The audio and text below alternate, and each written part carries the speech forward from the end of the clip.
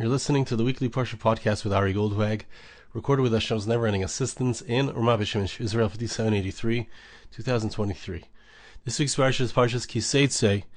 Towards the end of our Parsha, right before Shvi, we have a pasuk, Zochar es asher asa Hashem Elokecha Miriam. Remember that which Hashem your God did to Miriam, b'derech b'tzeischem miMitzrayim, on the way as you were leaving Egypt. What did Hashem do to Miriam? So we know from the previous psukim, from a few svarim ago, a few months ago, that Miriam spoke negatively of Moshe Rabbeinu, and she did it l'to'eles for a constructive purpose. But Hashem held her to a very high level. She was a great tzaddikus, she was very righteous, and her criticism of Moshe was unjustified. Even though she was concerned, he's a Navi, I'm also a Neviah, she was a prophetess, he was a prophet, and yet he had separated from his wife. She thought he was doing something wrong. As a result of her speaking negatively, Hashem berated her, and she had tzaras, she had leprosy. And the Torah wants us to remember what happened. The entire Jewish people waited for 7 days before they moved on from that encampment, in deference to, in respect for Miriam. But nevertheless, it was a great lesson for her and for all of us, the importance of not speaking negatively of others in the wrong context. There are places where we're allowed to speak negatively for a constructive purpose, specifically, for example, a negative business situation, a business partner, shidduchim. We need to learn those laws very well to understand when it's permitted. It's very, the lines are very important to know. It's very fine. But Miriam was punished, and we are enjoined to remember that. We have two midrashim. One is in our parsha, one is in last week's parsha. I'd like to read them to you. They both center around the importance of being careful about lashon hara, of speaking negatively of others, of gossip. Amar Ravasi, ein adam omer lashon hara ad shekofer b'Kadosh Baruch Hu. Medrash says something very strong. It says that when a person speaks negatively of somebody else, it's a result of denying Hashem, denying that HaKadosh Baruch Hu is part of our world. Shenemar, Sher Amar L'Lashainenu Nagvir Svaseinu Itanu Mi Adoin Lanu. Pasuk says in Tehillim, in Psalms chapter 12 verse 5, we said to our tongue, we will strengthen our speech with us, meaning we'll say things to strengthen ourselves. Who is the master over us? So in the Parsha Pshat of the Pasuk, it's expressing the fact that a person speaks and acts in a strong way through his speech, through his actions, because no, he doesn't want anyone to lord over him. But in another sense, the Medrash is explaining that when I speak negatively of others, I show that I don't understand that Hashem is in charge of the world. Why did that person do a negative thing to me? Why did that driver drive slow in front of me? These types of focusing on the negative, these types of mentioning, strengthening the negative situations that we might be part of, involved with, that might occur to us, in that type of response to things that go on in our lives, we're saying, who's in charge of us? We're denying that Hashem, b'hashgachasei hapratis, that Hashem is intimately involved in every single thing that happens to us in our lives. So, lashon hara, by its very definition, there's other midrashim that speak about it at length, talking about the nachash, the snake, the primordial snake that caused Adam and Chava to sin. But in its essence, lashon hara, when we speak, heaven forbid, when we speak gossip of others, when we speak negatively, bichlal, generally speaking, when we speak negatively about our situations, about life, we're speaking negatively really about Hashem. We're denying that Hashem is part of our lives and that He cares about us, and that even the negative things in our life have a purpose. Amar Reb Shimon, says Reb Shimon, usually Reb Shimon is Reb Shimon Bar Yochai. Umay Miriam had tzaddikas shleinas kavla leimer lashon hara. Miriam had tzaddikas, when she spoke negatively, we need to learn from her, right? She didn't mean to even say lashon hara. She didn't mean to speak negatively. Ella dibra b'shvil pira v'rivya. she was trying to help. She felt that Moshe Rabbeinu was doing something wrong. She felt it was a constructive purpose. And nevertheless, she had this situation. She had leprosy. The entire Jewish people waited for her. If that's what happened to her, nevertheless, so what's going to be for those who are wicked and they intend to speak negatively of others, to gossip about others? They want to cut their lives. They want to cause people damage. Certainly Hashem will cut their tongues. Pasuk there in that same context in Tehillim in Psalms chapter 12, the verse before, which says that Hashem will cut off the tongues that speak smoothly. They speak smoothly. They try to weasel their way through life by speaking negatively of others. Right? Having that negative outlook, speaking negatively of others, speaking negatively, I'm adding, about our situations in life. This gives power. This gives power to the side of evil, as we'll see. And this takes away power from the spiritual realms. This takes away power from Hashem, as it were, expressing himself in the world. Amar HaKadosh Baruch Hu, says the Medrash, as is its way at the end of a parsha, something which is encouraging. Hashem says, as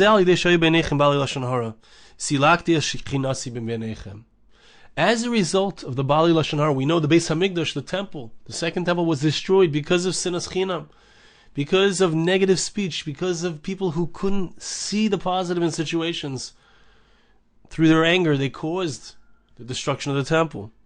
Mashchina was removed from amongst you because of your Lashon Hara, Hashem says, Shenemar. As the pasuk says, and we'll see more about this pasuk in the other medrash from last week's parsha. Ruma ala shamayim elikim. Pasuk says, go up to heaven, go up to the skies, God.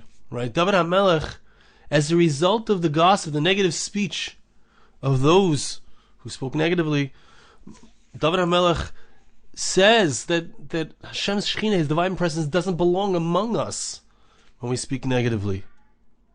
But in the future, I'm going to remove the Yetzer Hara from you. When Mashiach comes, when the Messiah arrives, when we reach a state of Geula, of redemption, so Hashem will remove the Yetzer Hara. The Gemara in Sukkah talks about it at length towards the end of the Masechta. Hashem will remove the Yetzer Hara, the evil inclination, that inclination that we have inside of ourselves to do wrong, to look at things negatively. Which, by the way, is what all the news is based on, just seeing the negative in the world. Right? It's not really healthy. It's very unhealthy, I would say, to read the news. The news just makes us have a negative outlook on life, negative outlook about others. They're machazik, they strengthen all the things that are negative in the world. That's how they sell their news. So, but in the future, Hashem will remove the news. Hashem will remove the negative outlook. Remove that negative inclination inside of us. So the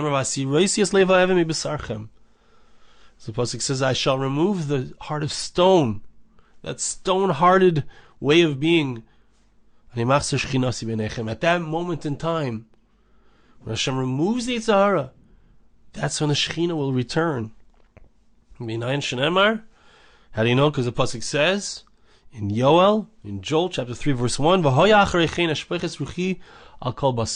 and it shall be after this, I shall pour out my spirit upon all flesh.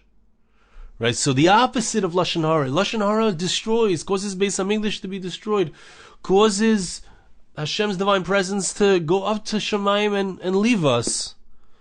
But Hashem promises us He will remove our Yetzer Hara, and our job, by the way, obviously is to work on removing it ourselves.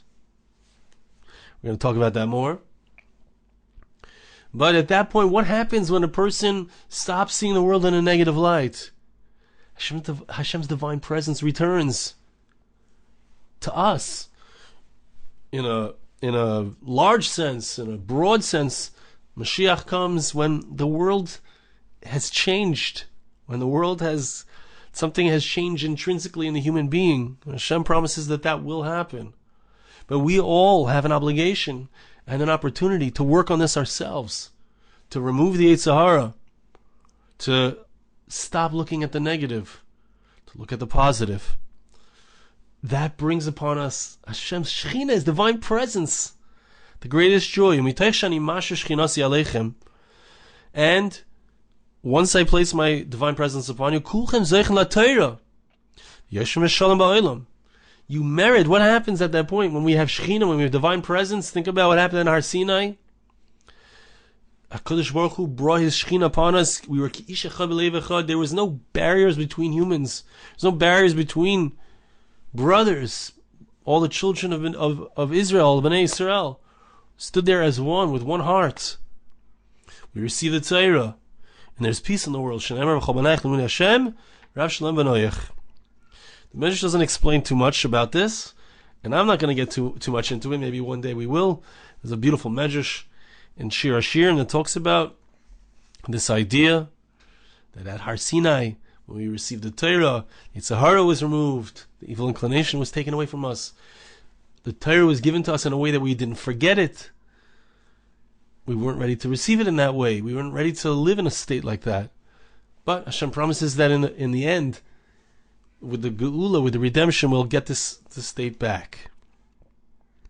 But we understand the importance of steering away from Lashon Hara, steering away from negativity, steering away from looking at people negatively, recognizing that Hashem is intimately involved in every aspect of our lives, even the things that seem like, hey, it's that person who did it. Step back, reinforce in ourselves positivity. So here's another medrash I'd like to read to you from last week's Parsha. It speaks about the Jewish people. We had a king. We had destroyed Amalek. And there was an opportunity to build a Beis Hamikdash, but we didn't build the Beis Hamikdash. We weren't able yet to build a temple, which that represents Geula, that represents redemption. Why did it happen? Says Rabbi Yehuda bar Bilai, there were three things that the Jewish people were commanded to do consecutively, meaning one after another. We're supposed to do these three things. They're connected. To destroy the memory of Amalek, to appoint a king, Beis Hamikdash, and to build a temple. The Jewish people did this. We appointed a king, Shaul HaMelech, and the Jewish people went and we destroyed Amalek. We did the mitzvah. So why didn't they build the Beis Hamikdash? Because there was Lashon Hara amongst them. What does this mean? How do we know? We find that in the generation of Achav, he was a king. He was a very evil king. He was a wicked king. They served idolatry in his times. Nevertheless, they would go out to war and they would win. It was because that they were exceptional in not speaking Lashon Hara. They didn't tattletale on each other. For example, it says that Achav was trying to kill the Nevi'ei Hashem. He was trying to kill the prophets of God. And Ovadia had hidden them, but nobody told. Nobody revealed, even though it was known. Nobody revealed the whereabouts of these prophets. So they were careful about Lashon Hara, of not speaking in a way that would cause damage to anybody else. As a result of that, they were successful in battle. Meaning Hashem was on their side. To be successful in battle, you need God to be giving you Siyata Dishmaya. But in the times of Saul, King Saul, there were many, he says everyone, there were so many instances where people were speaking negatively of others.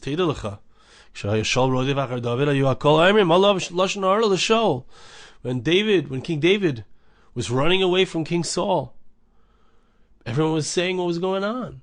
Everyone was revealing where David was. They kept telling Shaul. Everyone was talking about David Amalek.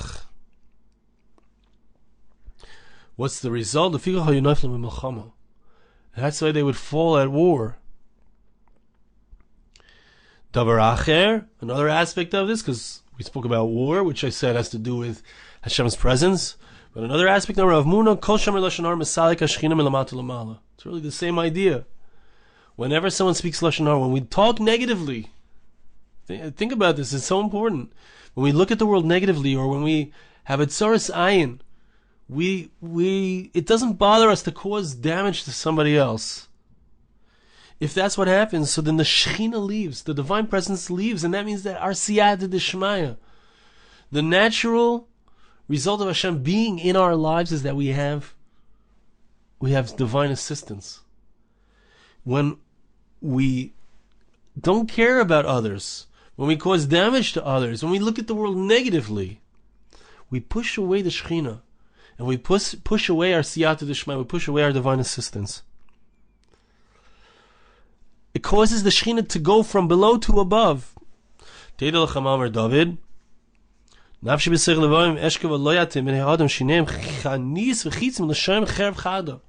King David says, I was around people and I saw how people, they use their tongue like a sword. They use their tongue in a destructive way. That passage that we saw earlier. David Amalek says, as a result of people speaking negatively, of causing damage to others, the divine presence is pushed away, is pushed up to heaven. Hashem doesn't want to be around. God doesn't want to be present when we are looking at things negatively, when we are trying to cause damage to others. David Amalek recognized when we're doing what's wrong, when we're gossiping, when we're looking at things negatively, he says to the Shekhinah, he says to the divine presence, you can't be here. Davar acher, another aspect of this, and Reb Shmuel bar Nachman, lama nikra shmai shel lashon hara lashon shlishi. Lashon hara, negative speech, is also called, besides being called lashon hara, which means evil tongue or evil speech, it's also referred to as third speech, lashon shlishi. Why? Shuharig shloisha. It's because the person who speaks negatively, and I will add, the person who has a negative attitude about life, they cause damage to three people. She'amoroi, the person who speaks is damaged. The person who speaks negatively has now a negative look on life. Hashem removes himself from that person. V'amakabloi, the person who received, the person who heard the lashon hara, the person who he was talking to, he also loses out. V'shenem arolov, and the person who is spoken about is also adversely affected. So it causes damage to three people.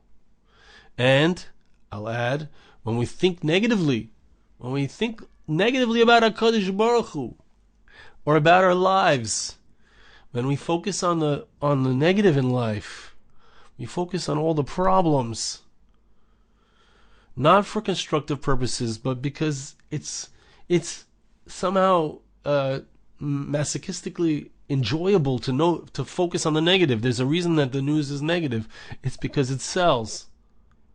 But focusing on the negative has the effect of destroying ourselves, and inside of our minds we are the speaker and we are the receiver, so we doubly cause damage to ourselves. And we cause damage kiviyachol to Hashem because He removes His Shekhinah from us. Heaven forbid. Re'ei, I'm just skipping to the end of this medrash. Re'ei kama kosher koicha shel lashon hara. See how terrible is the power of lashon hara, of negative speech. And stavu livnois Beis Hamikdash. The Jewish people were ready. They were ready to build Beis Hamikdash. They were ready to build the temple. They had the king. They destroyed Amalek.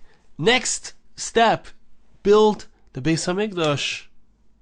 B'shvil shaya dor bali lashon hara. Nivna b'yameim. It couldn't happen in their times. It couldn't happen. Why? Because they spoke negatively.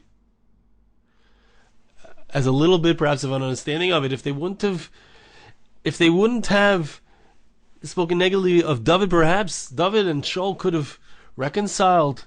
David was close with Shaul's son. David married Shaul's daughter. They were meant to be a team. The Beis Hamikdash was not built in their time. It wouldn't even be built, even in David's time, not until the times of Shlomo Amalek, King Solomon.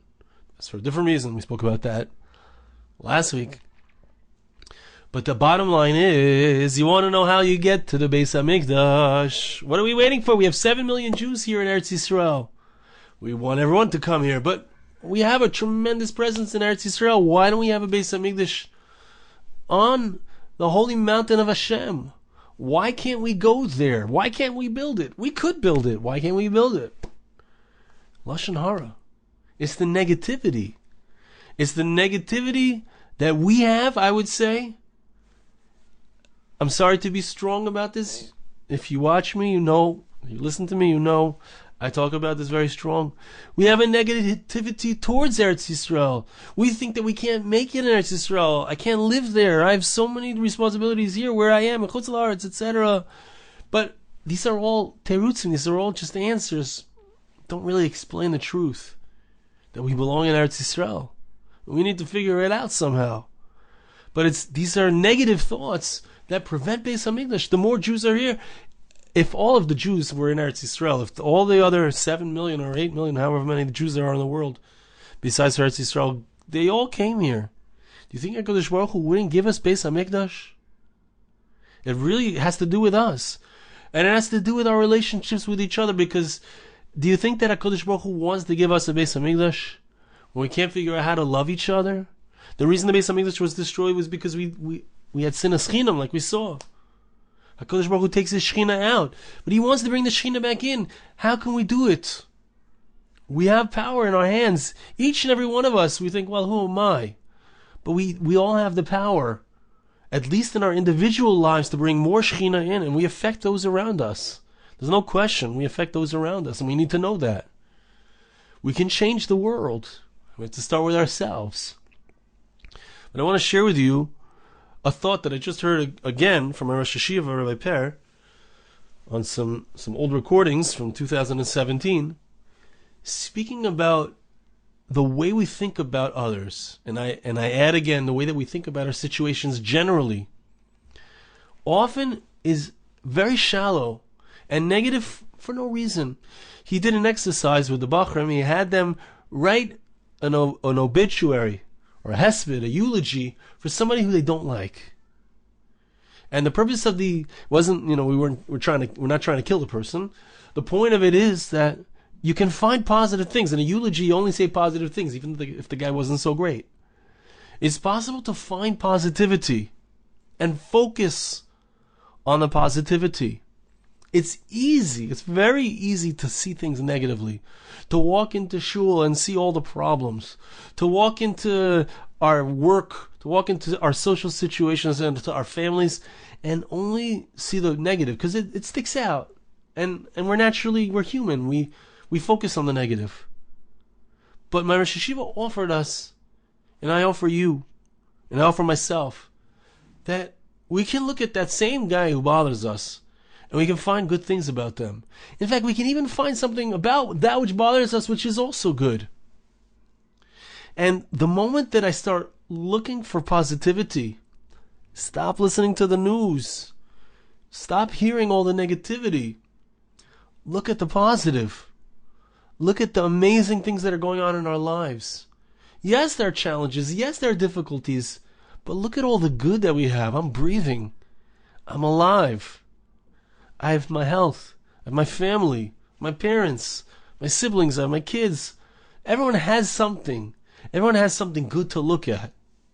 I have my talents. I have my abilities. There's so much good in our lives. We need to focus. We need to focus on the good in our lives. That's how we get Shekhinah. We're heading into Rosh Hashanah soon. We're in Elul. Hashem is, as we say, the Amalek Pasadeh. The king is in the field. He's here. He's available. But he's not available to us if we're always seeing everything negatively and we don't recognize that he's already here. He's available to us and he comes into our life when we focus on the positive and we remember and we know and we remind ourselves that there's so much good and everything is from him.